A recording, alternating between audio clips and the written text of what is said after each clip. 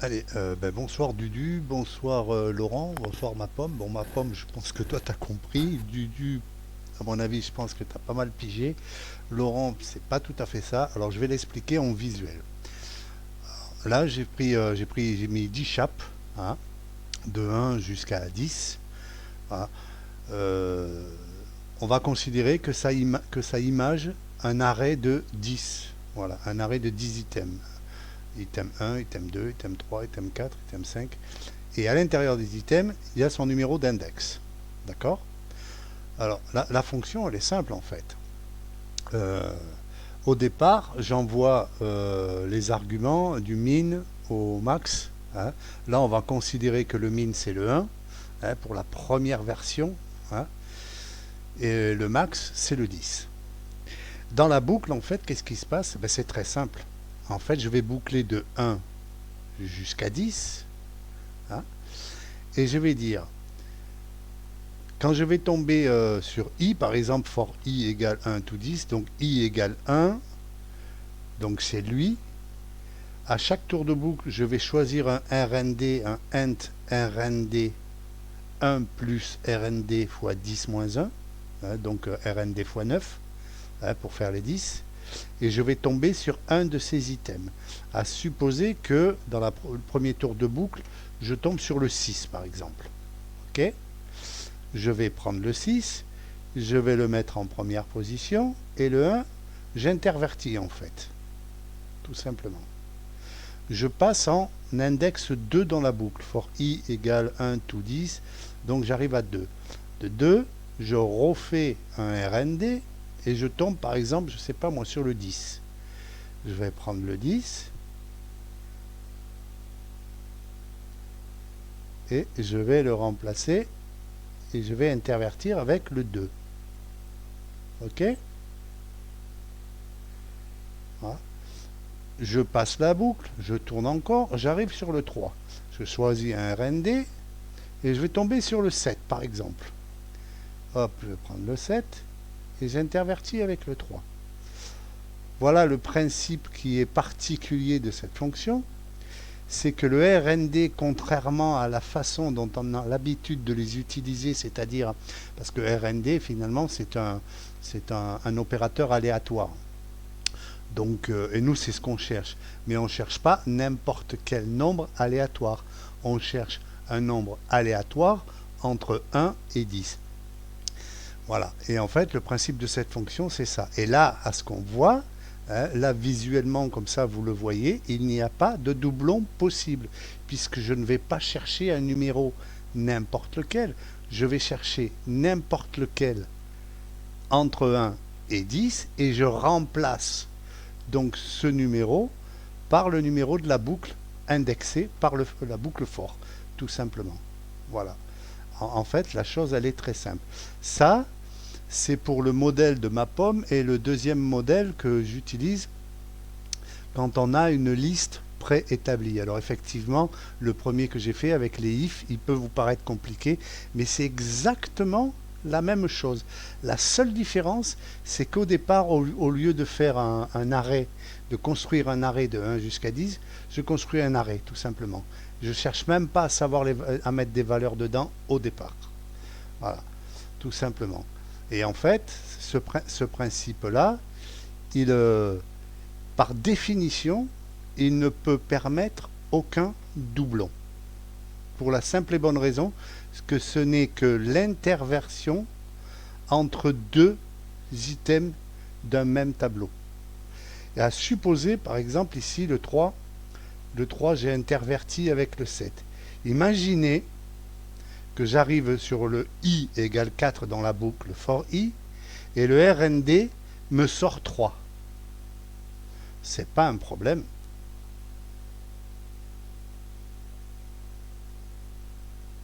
Voilà, tout simplement. Imaginez que dans la boucle 4, le RND me sorte 1. C'est pas un problème non plus.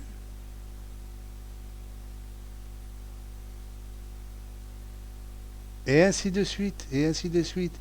Avec le RND, je peux aller après l'index de la boucle i ou avant. C'est pas un problème. Alors effectivement, cette méthode, elle peut occasionner une suite logique, c'est-à-dire je peux, par exemple ici 8-9 c'est une suite logique. Hein. Donc ça peut être occasionné, mais dans n'importe quel cas, une série de nombres aléatoires, rien ne dit qu'elles ne doivent pas se suivre. Voilà, tout simplement. Et comme là, je boucle de 1 jusqu'à 10, forcément, tous les numéros vont être changés de place. C'est pas compliqué.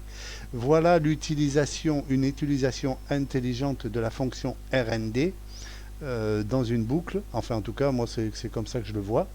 Je ne sais pas si Laurent, tu auras compris la chose. Hein? Maintenant, je vais essayer de vous expliquer ce que moi j'ai fait avec mon tableau vide. Imaginez qu'il n'y a pas de numéro dans cet arrêt-là. Hein, c'est toujours le même arrêt de 1 jusqu'à 10. Hein, mais dedans, les items, il n'y a rien. C'est vide. Je vais boucler. Alors, je vais montrer le code en même temps, comme ça vous allez comprendre. Et comme ça, vous allez comprendre pourquoi c'est if. Où c'est que je l'ai mis? Patati patata. Voilà, c'est celui-là. Je vais couper ça. Comme ça, on va avoir un petit peu plus de place. Hein. Vous allez comprendre comment je fonctionne.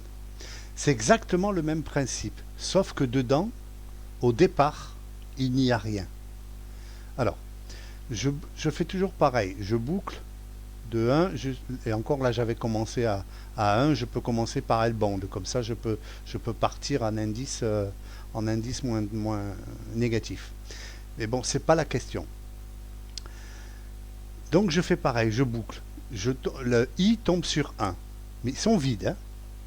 Je fais TI.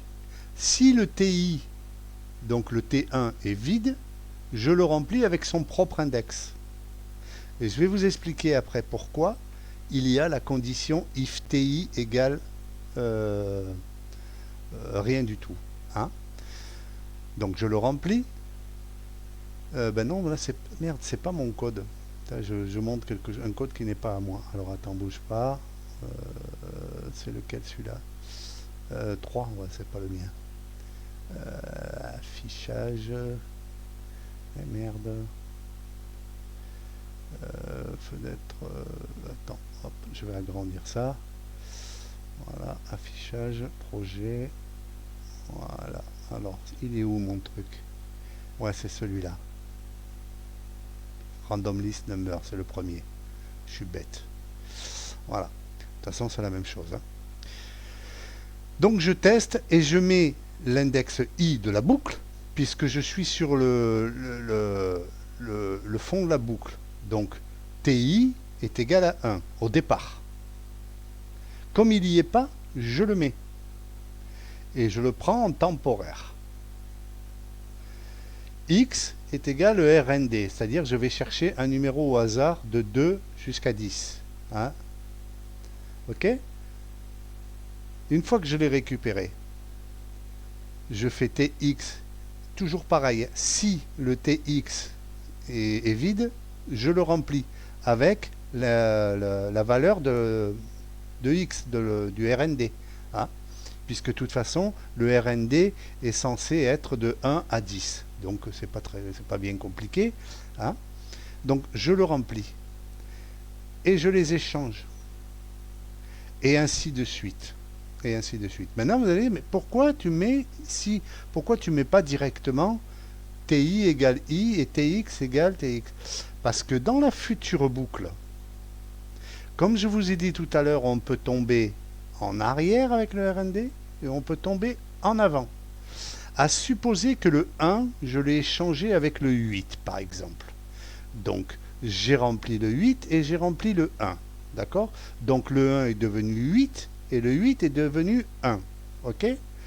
À supposer que dans le 2, je tombe aussi sur 8. Qu'est-ce qui va se passer ici quand je vais intervertir donc le 8 et le 10, sachant que le 8 il est déjà passé ici?